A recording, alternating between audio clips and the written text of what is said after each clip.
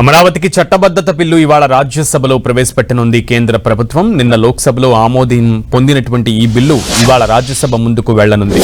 పెద్దల సభలో కూడా ఆమోదం పొందితే రాష్ట్రపతి ఆమోదంతో చట్టంగా మారనుంది. దీంతో గతంలో వచ్చిన 3 రాజధానుల ప్రతిపాదనకు చట్టపరంగా తెరపడినట్లవుతుంది. ఆంధ్రప్రదేశ్ ఏకైక రాజధానిగా అమరావతికి చట్టబద్ధత కల్పించే కీలక బిల్లుకు లోక్సభ ఆమోదం తెలిపింది. ఏపీ పునర్విభజన సవరణ చట్టం పేరుతో కేంద్రం హోంశాఖ సహాయ మంత్రి నిత్యానంద్ రాయ్ ప్రవేశపెట్టిన బిల్లుకు లోక్సభ ఆమోదం తెలిపింది. చర్చ అనంతరం ఈ బిల్లు ఆమోదం పొందినట్లుగా ప్యానెల్ స్పీకర్ తెన్నేటి కృష్ణప్రసాద్ ప్రకటించారు. అటు ఈ బిల్లుకు కాంగ్రెస్ ఎంపీలు మద్దతు తెలిపారు.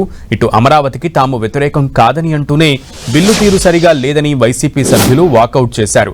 ఈ బిల్లుపై సభలో సుమారు 2 గంటల పాటు సుదీర్ఘ చర్చ జరిగింది. తెలుగుదేశం, బీజేపీ, జనసేన, కాంగ్రెస్ పార్టీలు బిల్లుకు మద్దతు పలకగా వైసీపీ ఎంపీలు చర్చ మధ్యలో సభ నుంచి వాకౌట్ చేశారు. 2024 జూన్ 2 నుంచి ఈ సవరణ వర్తించేలా బిల్లులో పొందుపరిచారు. ఈ చట్ట సవరణతో రాష్ట్రానికి అమరావతి ఏకైక రాజధానిగా చట్టపరమైన భద్రత లభిస్తుంది.